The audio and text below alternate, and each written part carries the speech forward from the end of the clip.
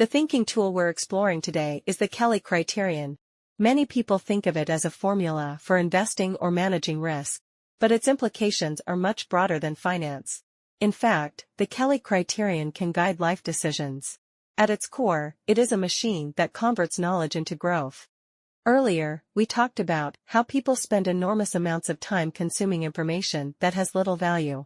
The problem Kelly solves is different. What happens when you actually possess valuable information, but your actions fail to match what you know? Consider this. Some people obsess over tiny stock price movements. They stare at charts all day, trade constantly, and even use leverage to amplify small gains. Yet when they encounter a career opportunity, a promising industry, or a highly favorable business venture, they suddenly become cautious. They overthink sunk costs, hesitate endlessly, and commit only a few spare hours. Why? Because stock prices feel familiar. As the ancient Chinese warlord Cao Cao once said about his rival Yuan Shao, bold in appearance but timid in spirit, full of plans but unable to decide. He risks everything for small gains, yet protects himself when great opportunities appear. Betting too much is a mistake. Betting too little is also a mistake. This is not an information problem. It's a position sizing problem. And that's exactly what the Kelly Criterion helps solve. John L. Kelly Jr., a scientist at Bell Labs, introduced the idea in a famous 1956 paper. Surprisingly, the paper wasn't about investing at all. It was about communication theory. Imagine transmitting information through a noisy channel. Because of interference, messages sometimes arrive incorrectly. Claude Shannon had already shown that errors could be reduced, but never completely eliminated. Kelly asked a fascinating question.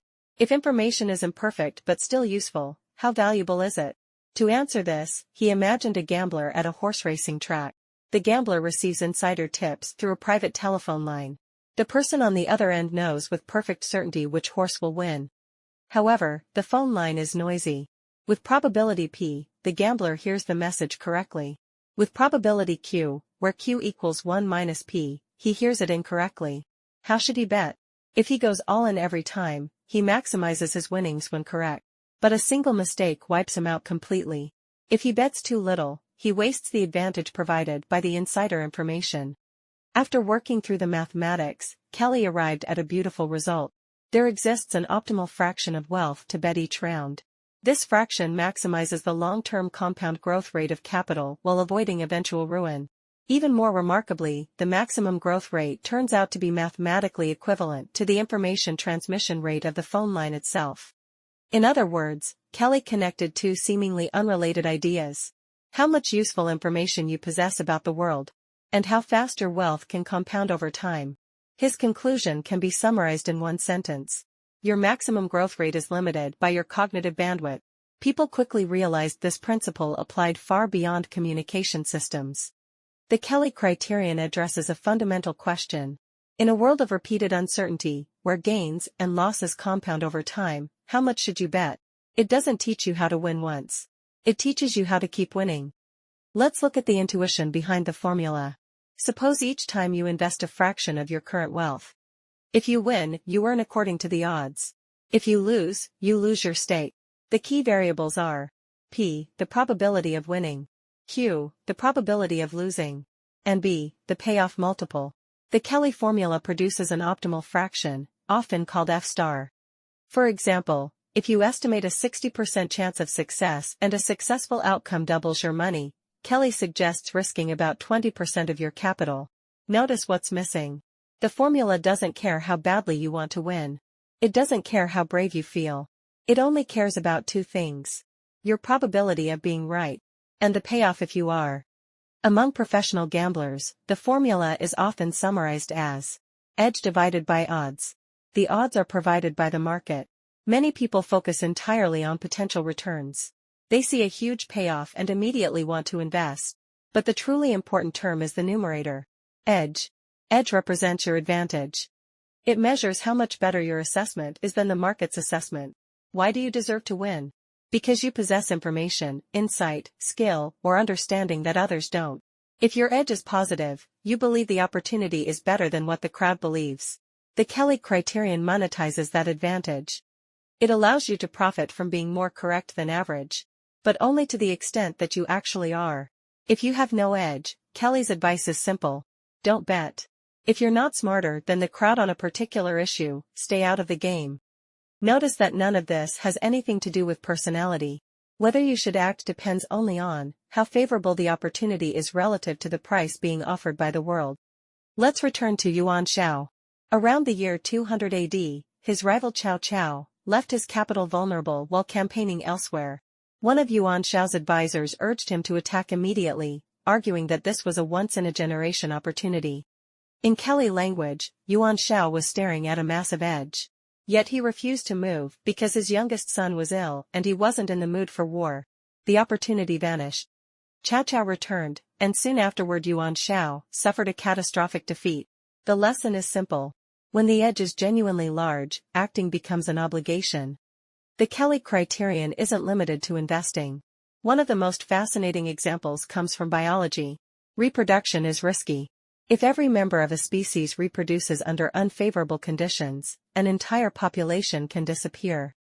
Some microorganisms have evolved a strategy called phenotypic Bet-Hedging. Even genetically identical cells don't all behave the same way. A fraction of them enter a dormant state while the rest continue reproducing. This diversification helps the population survive environmental shocks, antibiotics, and other disasters. What's remarkable is that researchers discovered the fraction of dormant cells corresponds mathematically to the uninvested fraction in the Kelly framework. Evolution arrived at a Kelly strategy long before humans discovered the equation. Perhaps biological diversity itself is nature's way of managing uncertainty. So what lessons does Kelly offer for life? First, never allow yourself to go to zero. Unless the probability of success is literally 100%, and in reality it never is. You should never go all in. Your estimates can always be wrong. Leave yourself a margin of safety. No opportunity is worth leaving the game forever. Second, think about edge before position size. Most people reverse the process. They become emotionally attached to a big bet and then search for evidence that justifies it. Kelly demands the opposite. First identify your advantage. Then determine the size of the bet. No edge, no bet. Third, optimize for compounding, not individual victories. The Kelly framework assumes you are playing many rounds. Some you'll win. Some you'll lose. The goal isn't to maximize today's outcome. It's to maximize long-term growth. When you trust the mathematics, individual successes and failures become much less important. You don't need to calculate the formula precisely every time. Often a rough estimate is enough. Consider career decisions. Many people treat careers as one-time choices. They pick a path and feel trapped forever. Others do the opposite. They quit impulsively and go all in on something new. Kelly suggests a middle path. Ask yourself, do I have an edge in this new field? Can I learn faster, perform better, or persist longer than others? Then examine the payoff structure. How large is the upside? Finally, determine position size. If you're uncertain, don't quit your job immediately. Use a half-Kelly approach. Start a side project. Run experiments. Gather evidence.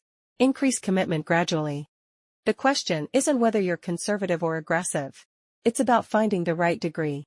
The same principle applies to time, energy, and health. Every day, you place bets with your attention. Learning, exercising, working, socializing, and entertainment all consume resources.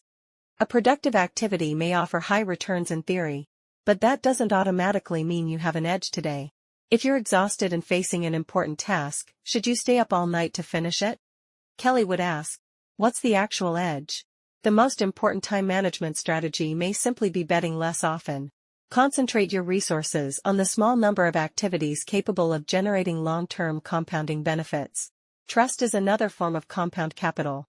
Reputation and relationships accumulate slowly but can collapse instantly.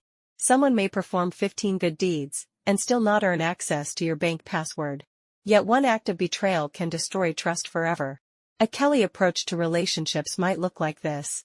Start with small bets. Give people small responsibilities and observe the results.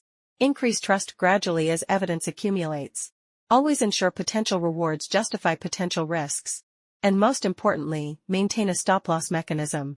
No matter how close a relationship becomes, don't grant anyone the power to destroy you in a single move. That may sound cynical.